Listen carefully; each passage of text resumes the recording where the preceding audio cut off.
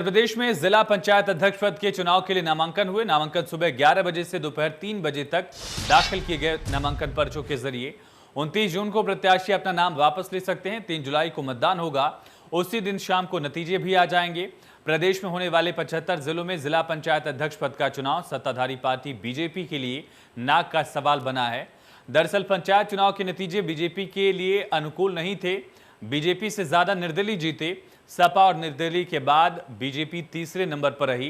BJP की तैयारी है कि 75 में से तकरीबन 60 जिलों में अपना जिला अध्यक्ष बनाया जाए, जिला पंचायत का अध्यक्ष बनाया जाए। इसके लिए बीजेपी हर पैंतरा अपना रही है। बीजेपी ने कई ऐसे लोगों को उम्मीदवार बनाया जिन्हें कुछ समय पहले अनुशासनहीनता के चलते पार्टी से निष्कासित कर दिया गया था।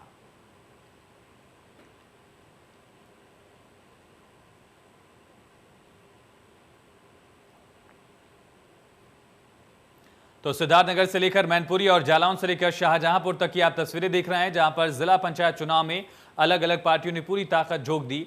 आज नामांकन का दिन था और ऐसे में 11 बजे से लेकर करीब 3 बजे तक का वक्त तय किया गया था नामांकन पत्र दाखिल करने के लिए और प्रत्याशी अपने समर्थकों के साथ यहां पर पहुंचे नामांकन दाखिल करने के लिए। गाजियाबाद में जिला पंचायत अध्यक्ष पद के लिए बीजेपी उम्मीदवार ममता त्यागी ने नामांकन दाखिल किया। इस दौरान केंद्रीय सड़क और परिवहन राज्य मंत्री वीके सिंह, राज्यसभा सांसद अनिल अग्रवाल के अलावा कई स्थानीय बीजेपी नेता भी मौजूद रहे। वीके सिंह ने कहा कि भले ही उनके पास 14 सीटें में से 2 सीटें हैं और एक निर्दलीय का समर्थन है, लेकिन फिर भी समीकरण बताते हैं कि जीत बीजेपी की ही होगी।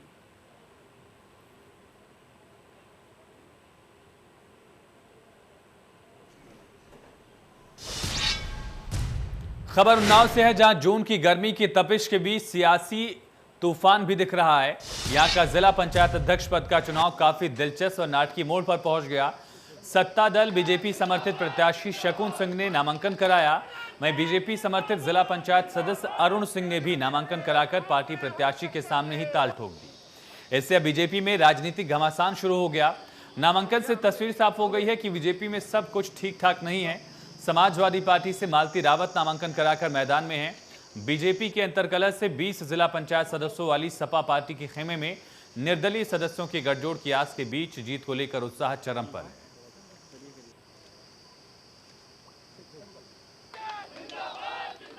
केवल समर्थित शकुन सिंह जी हैं, उनको समर्थन है पार्टी का। शीर्ष नेतृत्व से लेकर जिले तक एक एक कार्यकर्ता उनके साथ। 6 प्रस्ताव के साथ, 3 प्रस्ताव 3 अनुमोदक जी। क्या लगता है कितनी जीत को लेकर कितनी सुनिश्चित हैं आप?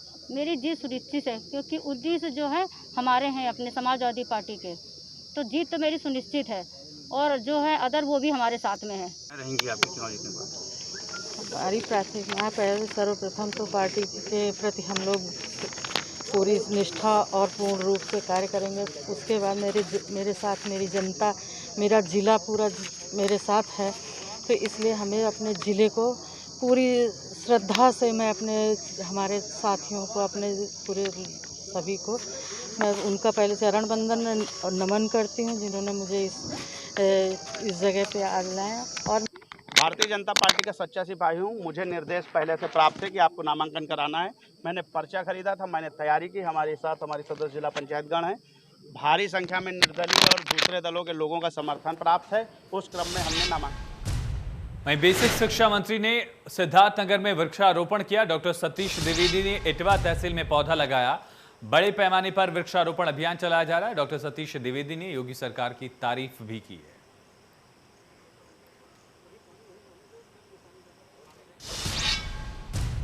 कोरोना काल में महंगाई ने लोगों को खूब रुलाया और ऐसे में सरसों के तेल से लेकर सब्जी तक सभी के दाम आसमान पर हैं। और इसी को लेकर हमारे संवाददाता ने सब्जी विक्रेताओं से खास बातचीत की है, सुनिए। कोरोना काल में जहां लोगों के हालात खराब थे, वहीं अब इसका असर जो है बाजार में दिखने लगा है। तमाम सारी मौसमी सब्जियां हैं वो महंगी हो रही, चाहे बात करें हम टमाटर की बात करें, भिंडी की बात करें, तुरई की बात करें या दूसरी सब्जियां हैं, उनके दाम लगातार बढ़ रहे हैं। अगर बात करें तो कोरोना काल में जिससे कि लोगों को पहले से ही आर्थिक हालात खराब थे, लोगों का कारोबार ठप हो गया था। हालांकि कोरोना कर्फ्यू खुलने के बाद धीरे धीरे लोगों को जो बाजार है वो धीरे से खुल रहे हैं और लोगों का कारोबार वापस हो रहे हैं। लेकिन जो सब्जियां महंगी हुई, इसका असर आमतौर पर लोगों की जेब पे पड़ रहा है। वैसे कुछ खरीदारी करने आए थे आप, सब्जियां महंगी हो रही, उससे कितना आपका जो बजट पे असर हो रहा है? मैं वैसे खरीदारी लेने नहीं आया था, मैं तो पानी की वजह से रुक गया था। अच्छा, लेकिन सब्जियां इस्तेमाल तो करते ही होंगे, लेकिन अगर सब्जियों की बात करें तो टमाटर है वो महंगा हो गया है, बाकी सब्जियों के दाम भी बढ़ रहे हैं, तो तो बजट पे कितना असर हो रहा है इसका?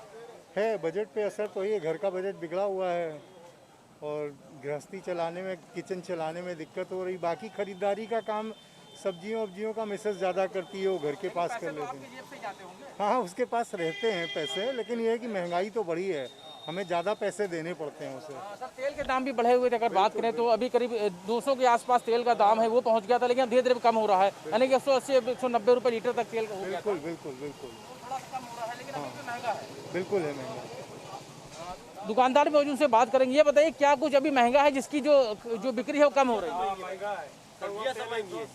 कौन-कौन सी सब्जी का दाम ज़्यादा बढ़ा है? शिमला हो गया, टमाटर हो गया, करेला हो गया, सब सब्जी का दाम बढ़ा है। तो बिक्री पे इसका असर पड़ा है क्या कुछ? जी पड़ा है। दादा आप कुछ खरीदारी करने आए, आप दुकानदार हैं आप? हाँ, हम खरीदने आए इससे। अच्छा सब्जियों के दाम है थोड़े से बढ़ गए हैं तो 10 रुपए किलो टमाटर ले जाते थे, अब 30 रुपए किलो बता रहे। अब बताइए बढ़ गया है, कड़वा तेल 180 रुपए किलो हो गया। कोई सरकार ध्यान कर रही है? तो क्या बजट पे उसका असर हो रहा है? क्या कम सब्जियां इस्तेमाल कर रहे हैं क्या आप? क्या करें, आधा किलो ले रहे हैं तो पावर में इस्तेमाल हो रहा है। तो भाई हमारी कमाई है 150, तो हम कहाँ से लाएंगे?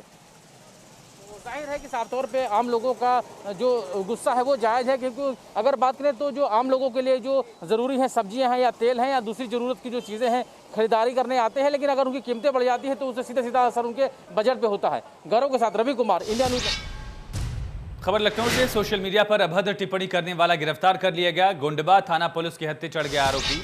अमर वाली के रूप में आरोपी की पहचान हुई। कथक आर्टिस्ट के खिलाफ अभद्र टिप्पणी की थी। पीड़ित महिला ने शिकायत दर्ज कराई थी।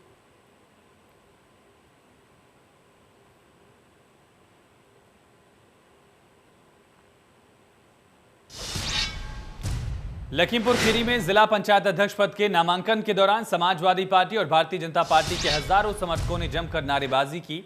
और यही नहीं, दोनों पार्टियों के समर्थकों के बीच हाथापाई की नौबत आ गई, जिसमें पुलिस को दखल देकर लोगों को दूर करना पड़ा।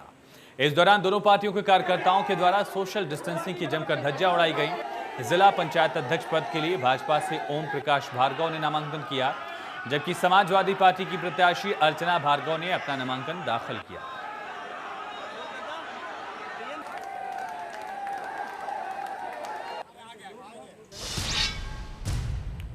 ग्रेटर नोएडा में बच्चों को लेकर विवाद हो गया। ससुराल और मायके पक्ष के बीच विवाद के बाद अस्पताल के बाहर जमकर लाठी डंडे चले। बच्चा ले जाने को लेकर जमकर हाथापाई की गई। मारपीट का वीडियो वायरल हो गया है। ग्रेटर नोएडा के दनकौर थाना क्षेत्र के अस्पताल का मामला बताया जा रहा है।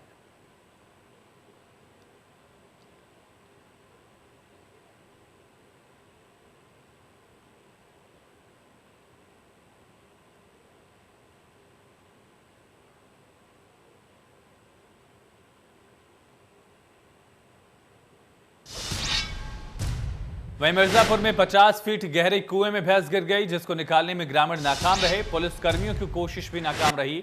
आखिर में कुएं के बराबर में रास्ता बनाया गया। जेसीबी से खुदाई की गई और खोदे गए रास्ते से बाहर निकाली गई भैंस। तस्वीरें देख रहे हैं किस तरह से कुएं के आसपास गांव के लोग इकट्ठा हो गए थे। जेसीबी से बाकायदा खुदाई करवाई गई, जिसके बाद किसी तरह से रास्ता बनाकर भैंस को बाहर निकाला गया। 50 फीट गहरा एक कुआं बताया जा रहा है।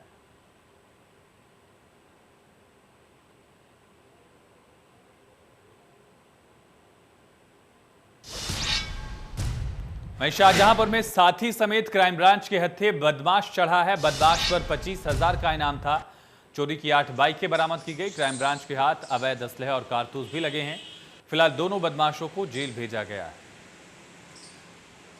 कल देर रात एसओजी शाहजहांपुर की टीम को एक वांछित अपराधी को गिरफ्तार करने में सफलता प्राप्त हुई है। इसके ऊपर 25,000 रुपये का गिरफ्तारी पुरस्कार पहले से घोषित था। इसका नाम अनिल यादव, ये थाना लोनार क्षेत्र का रहने वाला, जनपद हरदोई का, जिसके ऊपर लगभग 2 दर्जन से अधिक मुकदमे हैं। ये बड़ा शातिर वाहन चोर है और इसके पूर्व में भी कई बार वाहन चोरी में गिरफ्तार किया जा चुका है। इसी वजह से उसकी हिस्ट्री शीट खोली गई थी। यहाँ इस जनपद में भी ये 3 थाना क्षेत्रों से वांछित चल रहा था। इसके साथी पकड़े गए थे, जिसमें चोरी के वाहन बरामद हुए थे, लेकिन गैंग का सरगना यही होने के कारण इसके ऊपर इनाम घोषित किया गया था। कल डेल्टा प्लस वेरिएंट को लेकर उत्तर प्रदेश के मुख्यमंत्री योगी आदित्यनाथ ने विशेषज्ञों को अलर्ट पर रहने के निर्देश दिए हैं। देश के अलग अलग राज्यों में 11 और केंद्र शासित प्रदेशों के 12 जिलों में अब तक करीब 48 मामले मिल चुके हैं। हालांकि इसके तेजी से बढ़ने के अब तक प्रमाण नहीं मिले। मामले को लेकर हमारे संवाददाता की रिपोर्ट देखिए। देश के कुल 11 राज्यों में, उसके अलावा केंद्र शासित प्रदेशों के कुल 12 जिलों में अब तक डेल्टा प्लस वेरिएंट के कुल 48 मामले सामने आए हैं। हालांकि इसके तेजी से बढ़ने के कोई भी प्रमाण नहीं मिले हैं। इसको लेकर जहां गहन पड़ताल की जा रही, वहीं उत्तर प्रदेश के मुख्यमंत्री योगी आदित्यनाथ ने विशेषज्ञों को अलर्ट पर रहने के लिए कहा है। जो भी जरूरी कदम है वो उठाया जाए, इसके लिए भी निर्देश दिए गए हैं। उसके अलावा जो लोग बाहर से आ रहे हैं उनके सैंपल लिए जाएं, साथ ही इस वेरिएंट की गहन जांच के लिए उनकी जीनोम सीक्वेंसिंग भी कराई जाए। उसके अलावा अगर बात करें तो कोरोना का जो संक्रमण है वो जैसे जैसे बढ़ा, उसके लिए उसको रोकने के लिए कोरोना कर्फ्यू लगाया गया। हालांकि जैसे जैसे संक्रमण कम हुआ उसके साथ ही छूट मिली है। हालांकि डेल्टा प्लस वेरिएंट का जिस तरीके से असर बढ़ रहा है उसको लेकर उत्तर प्रदेश में अलर्ट जारी किया गया है, ताकि विशेषज्ञों को अलर्ट पर रहने के लिए। उसके अलावा अगर बात करें तो जो लोग बाहर से आए हैं उनके सैंपलिंग की जाएगी, ताकि इस वेरिएंट के बारे में गहन पड़ताल की जा सके। Ravi Kumar, India news, Lucknow.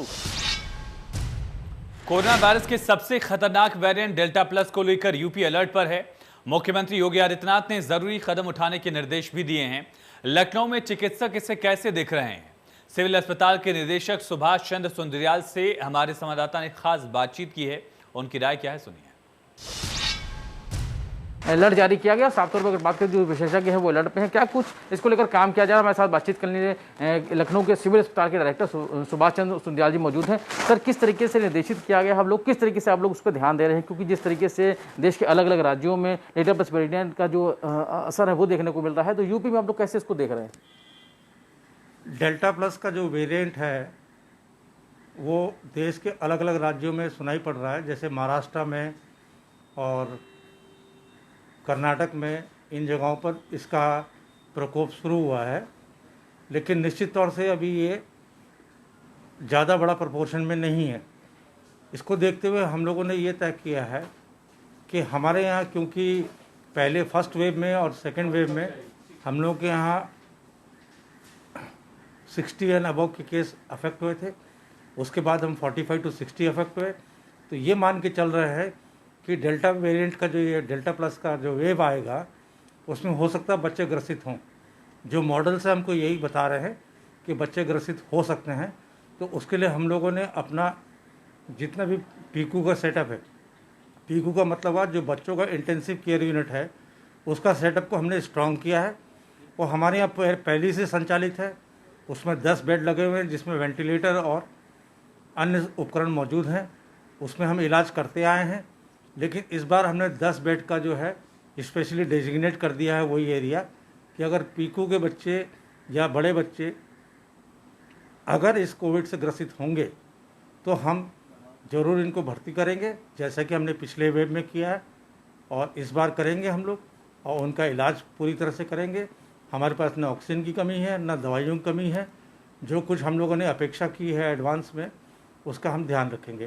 पहले हमारा ये नॉन कोविड हॉस्पिटल था, आज भी नॉन कोविड हॉस्पिटल है, लेकिन हम कोविड के लिए समर्पित हैं पूरी तरह से। सर, तीसरी लहर को भी लेकर अटकलें लगाई जा रही, तीसरी लहर आ सकती है, तो क्या डेल्टा प्लस वेरिएंट का असर कुछ तीसरी लहर में भी देखने को मिल सकता है?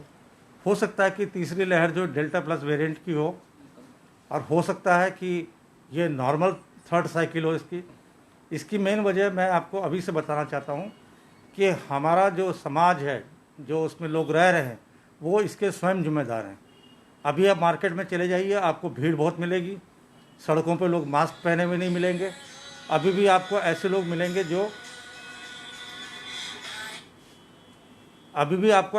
मिलेंगे जो सैनिटाइजेशन को फॉलो नहीं कर रहे, सोच रहे कि कोरोना गया अब क्या करना।